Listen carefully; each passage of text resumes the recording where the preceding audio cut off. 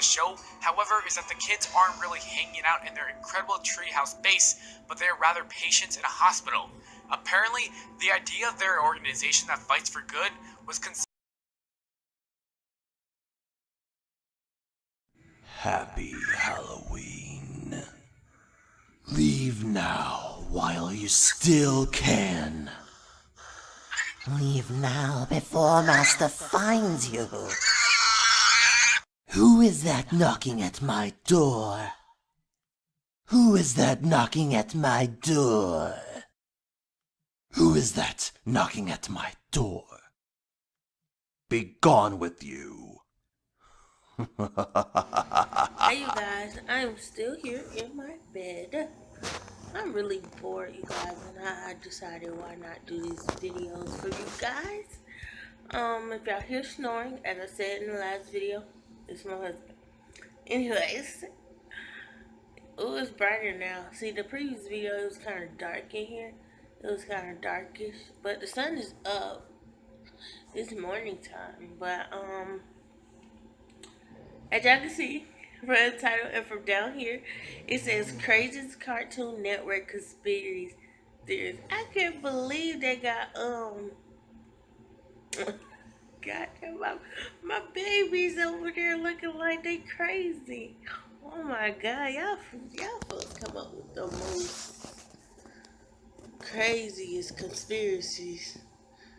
But anyways, you guys, let's get into this video. I won't waste no more of your time.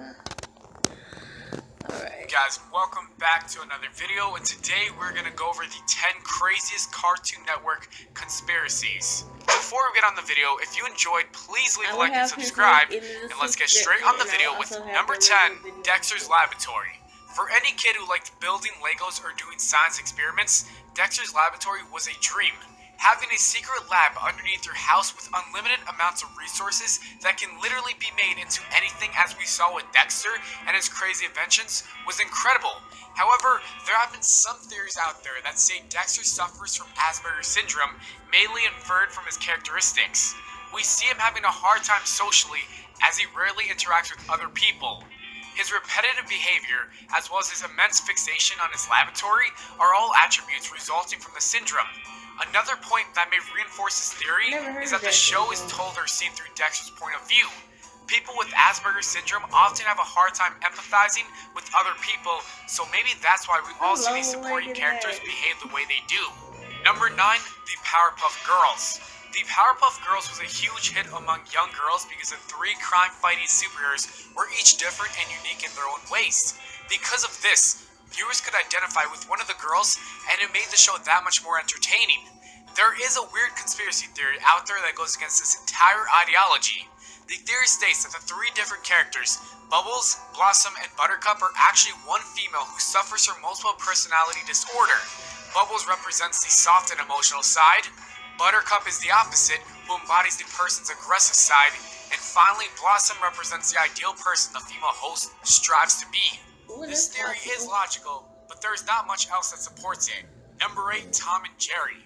Tom and Jerry is definitely one of the more iconic cartoon duos out there for being widely entertaining. The show is simple. Tom is a cat and wants to catch Jerry, the mouse, but he always fails. It is a very childish show with minimal to no dialogue, but some people think its true meaning is beyond that. According to some, Tom and Jerry was actually Nazi propaganda because the show released approximately a year after World War II had begun, which was before America entered the war. Going further, British troops were called Tommies and German troops were called Jerrys. Since Jerry always won due to high intelligence, many fans think that the show represented Germany winning and outwitting British troops. Number 7, Scooby-Doo. Scooby-Doo is another one of those shows that has existed for so many years with a strong fan base. The reasoning for this is because of the simple formula. The gang finds a mystery, they find clues about that mystery, and then they unmask who's responsible for the crime. Another reason why people like the show is because of the diverse characters. However, what if I were to tell you that Scooby-Doo is really just a drug-induced reality? There's a conspiracy theory out there that says Shaggy is a drug addict who is just imagining and making all of it up. For starters, his overall appearance is stereotypical for a stoner, from the way he dresses to the fact that he's... Hold up. Hold up, wait a minute. But when I feel like Scooby Doo was that cartoon that reveals that how fake people really are. They be covering up their stories and shit, doing crazy shit until somebody finds out. I feel like that's what Scooby Doo was about. Scooby Doo was revealing fake people. That's what Scooby Doo was. Scooby Doo was that show, that cartoon. He wasn't high. It was just he was high on food. Well, he might have been high. Since you think about it, I mean, he could have been a little bit high. He could have been. I don't know. That's a good question. 'Cause he used to eat a lot of snacks. People eat a lot of snacks when they smoke a lot of weed. I don't smoke weed, y'all. I just like my snacks. I got some Oreos right here. Let's get back into this video, y'all. Always eating. Apparently, Shaggy had been bullied by Velma for being dumb, by Freddy for being unathletic, and by Daphne for being ugly. Coming from a rich background, the result of this torment was turning to drugs. The more he used drugs, the worse it got. He started to imagine his dead dog was alive and was able to speak English. Then his bullies started to appear as friends. This just got real deep. Number 6, Foster's Home for Imaginary Friends. This 2004 series had a long and memorable 5-year run due to its creative and interesting story about how forgotten imaginary friends were brought to the home for foster care. The idea was so bizarre and unique that it turned out to be very successful.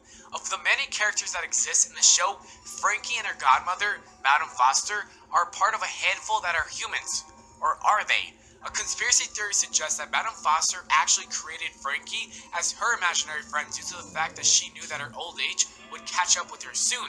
By having Frankie around, Madame Foster could continue her legacy if she were to pass away.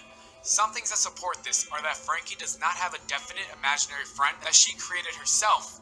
She also does not seem to have a life outside of the home.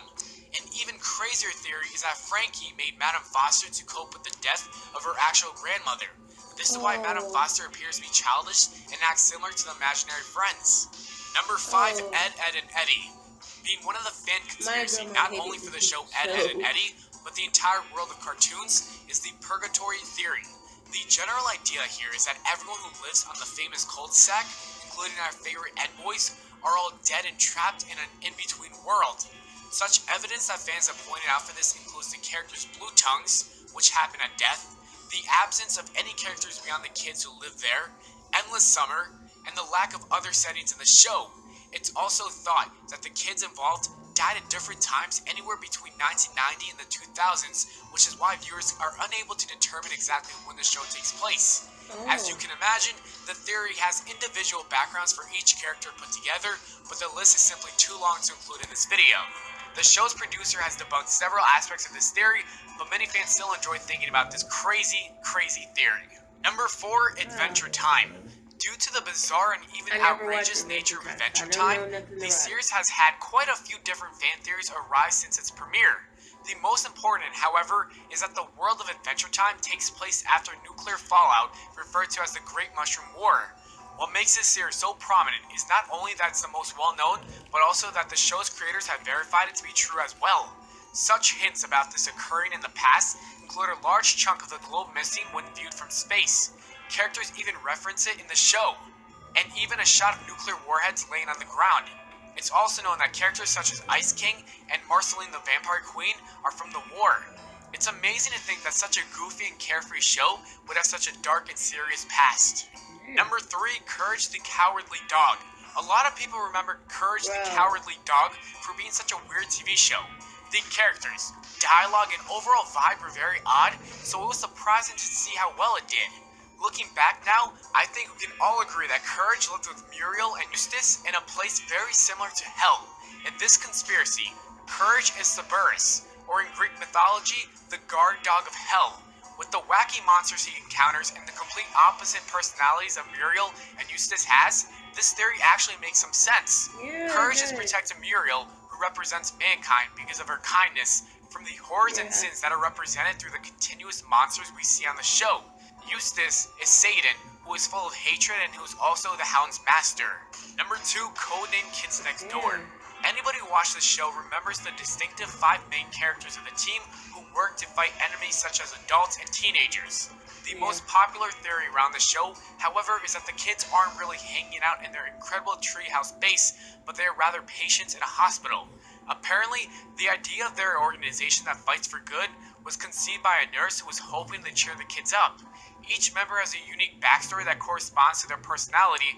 Number 1 cared for his father with cancer that gave him the leadership trait he displays until he himself found out that he's under care for the same disease. Number 2 had a happy life until his spiteful uncle continued to force feed him until he was obese and required care.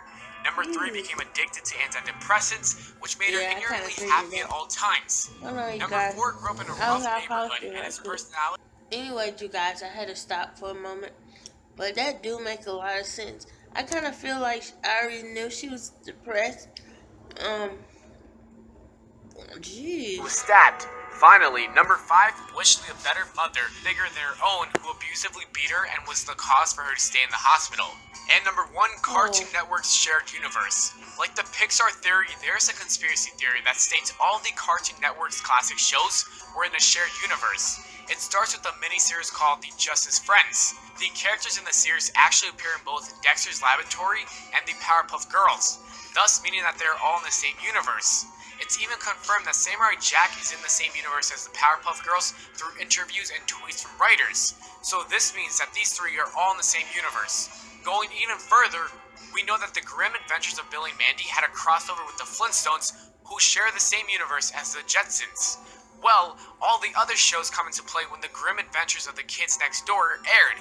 So many characters were brought together as if it was like a cartoon version of the Avengers. Anyways, by association, it appears that all these shows share the same universe. As always, thanks for watching. I hope you all enjoyed. If you did, don't forget to leave a like and subscribe for more.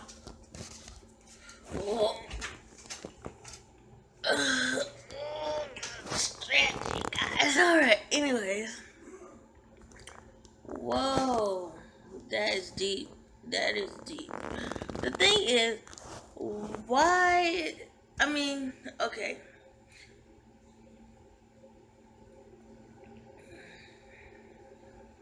I'm trying to think about what I'm trying to say.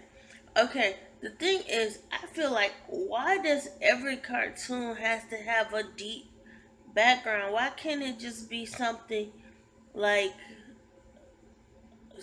just a imaginary thing? Just something. I mean, I guess if it didn't have a deep background, it wouldn't have like a meaning to it. I think some things are not meant to have a meaning, you know? But that's deep, man. It makes you think.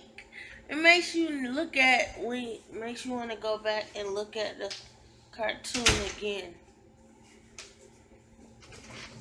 What are you doing?